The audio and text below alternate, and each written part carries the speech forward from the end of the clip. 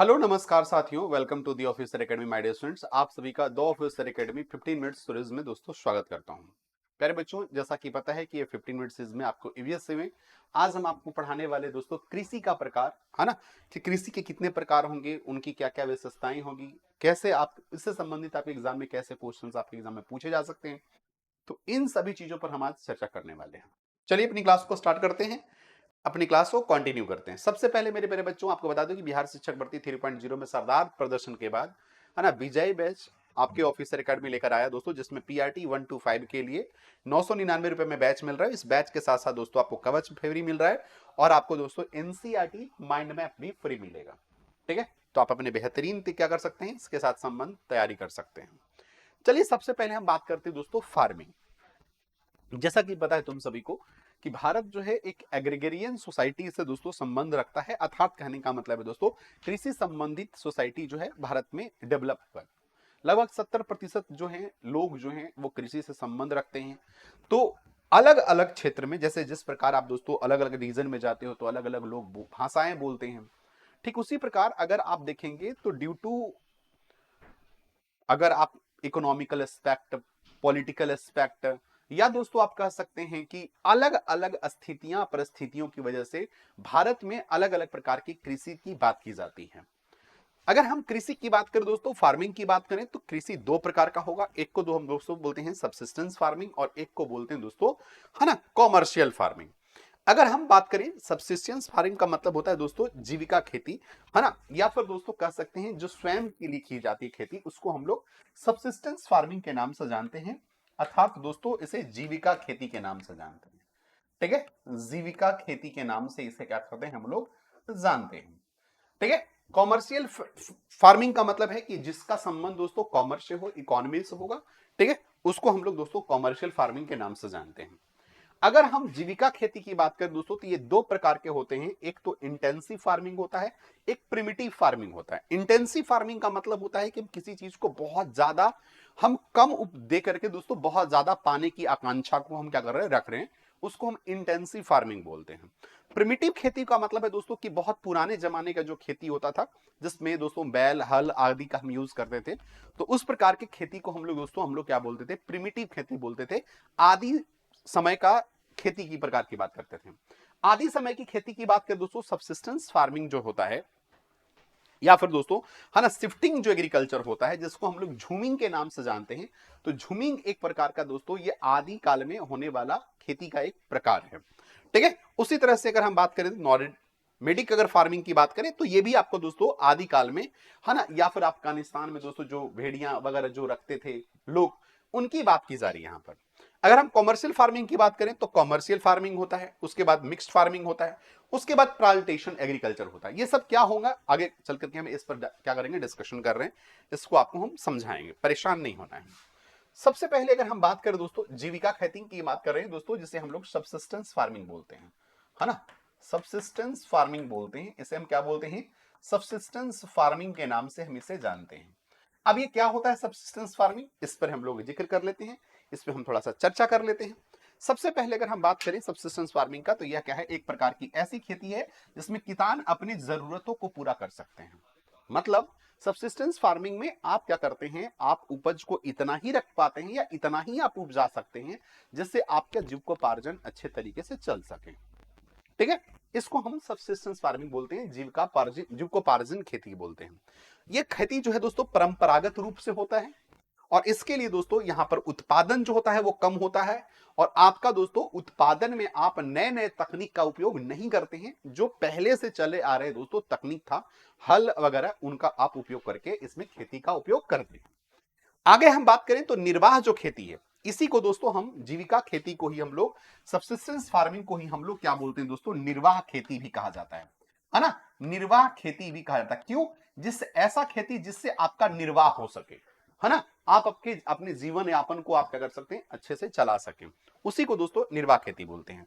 अब निर्वाह खेती को दोस्तों दो प्रकार होते हैं, एक को बोलते हैं गहन निर्वाह बोलते हैं, और एक को हम आदि निर्वाह बोलते हैं। गहन निर्वाह को हम लोग दोस्तों इंग्लिश में बोलते हैं इंटेंसिव फार्मिंग बोलते हैं।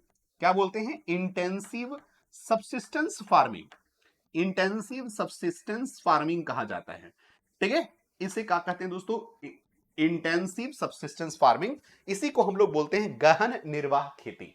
ठीक है, जो कि आपने अभी यहां पर देखा होगा कि ये दोस्तों सब्सिस्टेंस फार्मिंग के दो प्रकार थे, जिसको हम लोग इंटेंसिव फार्मिंग और प्रिमिटिव खेती बोले थे। ठीक है, तो हमने आपको यहां पर बताया कि देखिए निर्वाह खेती के दो प्रकार हैं, एक को बोलते हैं इंटेंसिव सब्सिस्टेंस फार्मिंग, जिसे हमने कहा दोस्तों गहन निर्वाह का खेती, और एक है दोस्तों आपका प्रिमिटिव इंटेंसिव फार्मिंग। ठीक है, इसको हम लोग बोलते हैं primitive subsistence farming, subsistence farming बोलते हैं। ठीक है, प्रिमिटिव सबसिस्टेंस फार्मिंग, जिसे हम आदि निर्वाह खेती के नाम से जानते हैं। तो सबसिस्टेंस फार्मिंग दो प्रकार का होता है। सबसिस्टेंस फार्मिंग में दोस्तों परिवार अपनी जरूरतों को सिर्फ पूरा कर सकता है, नए नए तकनीक का उपयोग नहीं किया जाता है, पुराने तकनीक का उपयोग करके है ना उतना ही उपज कर पाते हैं जितना दोस्तों जीवन यापन के लिए चीजें उपयुक्त हो। ठीक है, ये हमने आपको बताया। हमने कहा निर्वाह जो खेती है सबसिस्टेंस फार्मिंग ये दो प्रकार के होंगे, एक को हम लोग बोलेंगे इंटेंसिव सब्सिस्टेंस फार्मिंग और एक को बोलेंगे प्रिमिटिव इंटेंसिव फार्मिंग। प्रिमिटिव दोस्तों सब्सिस्टेंस फार्मिंग। ठीक है, ये दो प्रकार के आपको होते हैं। इसी में आपका दोस्तों गहन निर्वाह की बात करें तो यहां पर हम अभी आपको बताने वाले हैं इंटेंसिव सबसिस्टेंस फार्मिंग क्या होता है, इसके बारे में अभी हम लोग थोड़ा देख लेंगे। ठीक है, तो अगर हम इंटेंसिव सब्सिस्टेंस फार्मिंग की बात करें तो इसका मतलब है गहन निर्वाह खेती, किसान सरल औजारों और अधिक श्रम का उपयोग करके भूमि के एक छोटे भूखंड में खेती की जाती है। ठीक है, दूसरा दोस्तों धूप वाले अधिक दिनों वाली जलवायु तथा दोस्तों उपजाऊ भूमि के एक ही भूखंड पर प्रतिवर्ष एक से अधिक फसल उगाने की अनुमति देता है ये फार्मिंग। ठीक है, चावल दोस्तों यहां मुख्य तौर से यहां पर फसल के रूप में उपजाए जाते हैं। कुछ अन्य फसल जो उपजाए जाते हैं दोस्तों, जिसको हम लोग क्या बोलते हैं, गेहूं हो गया, मक्का हो गया, दाल हो गया और आपका तेलहन हो गया। ठीक है, ऐसे जो फार्मिंग किया जाता है इसमें दोस्तों दक्षिण और दक्षिण पूर्व या पूर्वी एशिया में किया जाता है।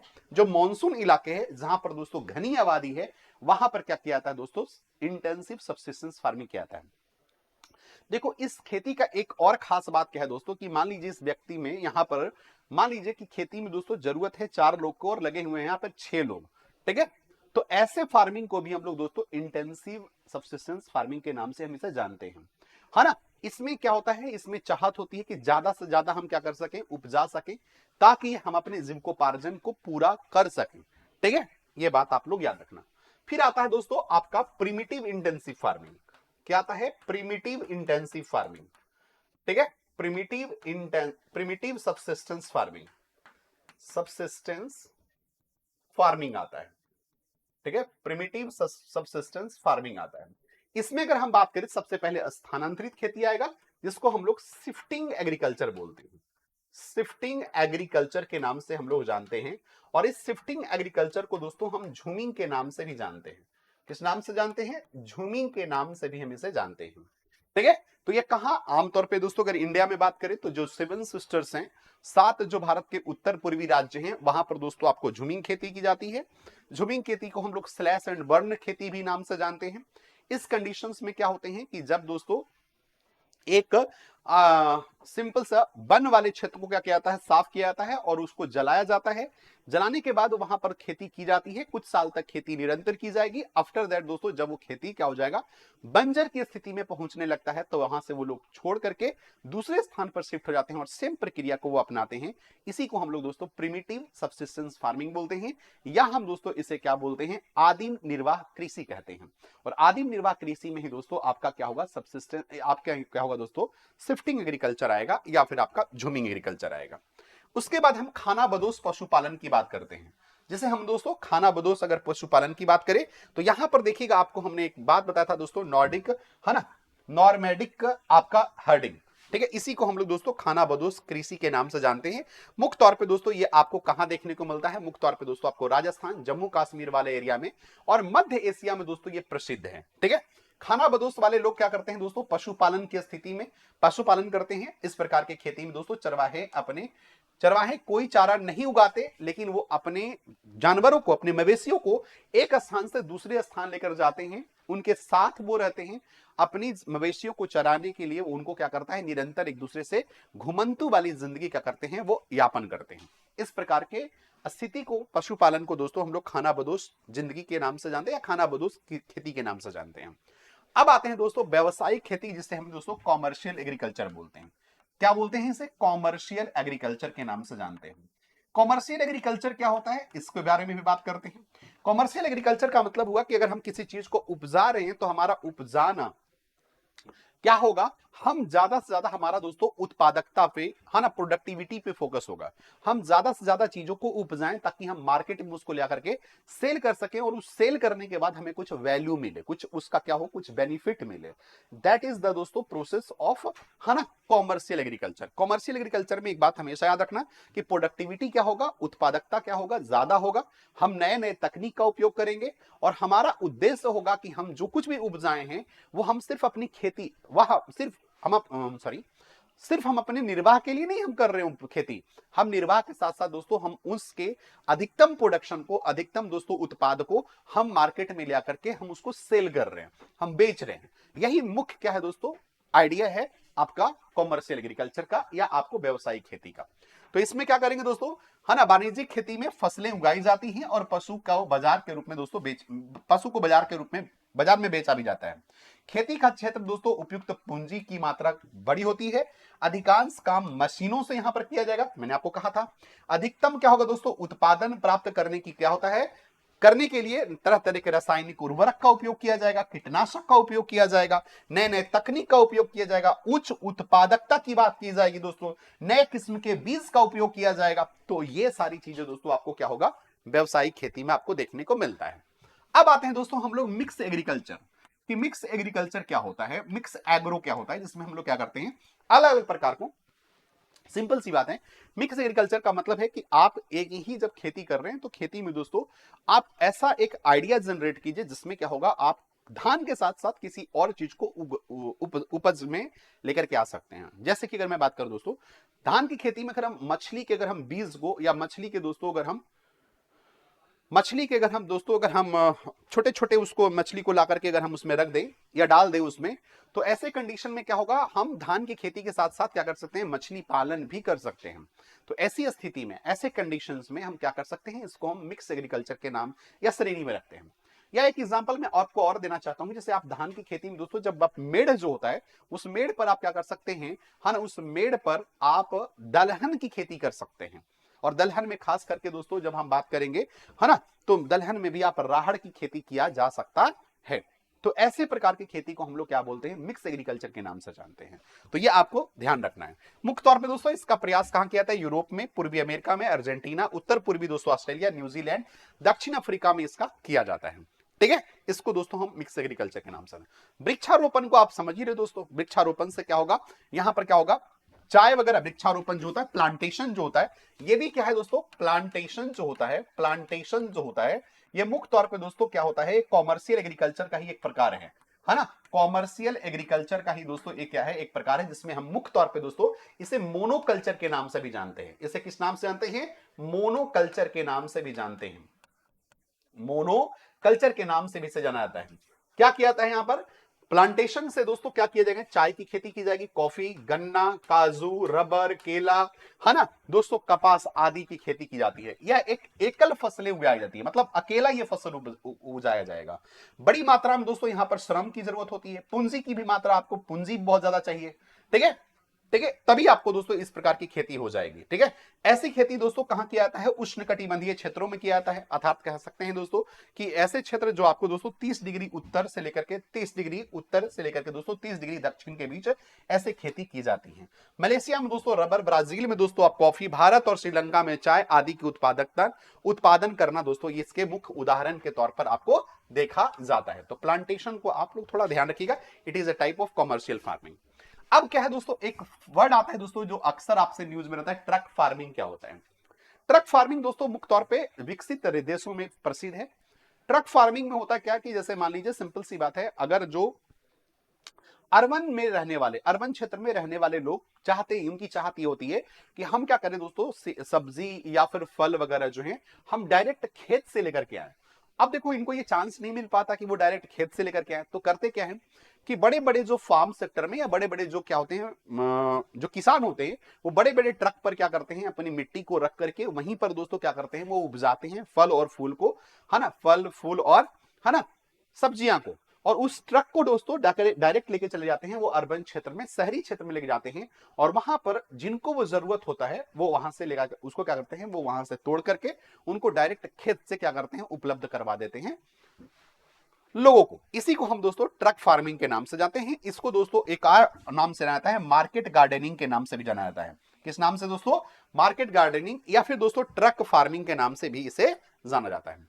अब आता है दोस्तों जीरो बजट नेचुरल फार्मिंग, जिसको हम लोग क्या बोलते हैं, शून्य बजट प्राकृतिक खेती के नाम से जानते हैं। शून्य बजट प्राकृतिक खेती के नाम से जानते हैं, शून्य बजट प्राकृतिक खेती के नाम से जानते हैं।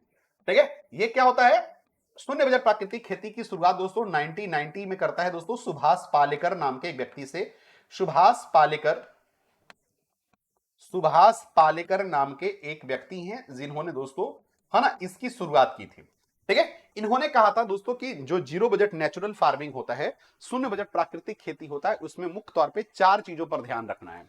एक होता है दोस्तों जिसको हम लोग बोलते हैं बीजामृत, एक को बोलते हैं जीवामृत, एक को बोलते हैं मल्चिंग, और एक को बोलते हैं वापसा। इन्होंने दोस्तों इस खेती में ये 4 शब्द का उपयोग किया है।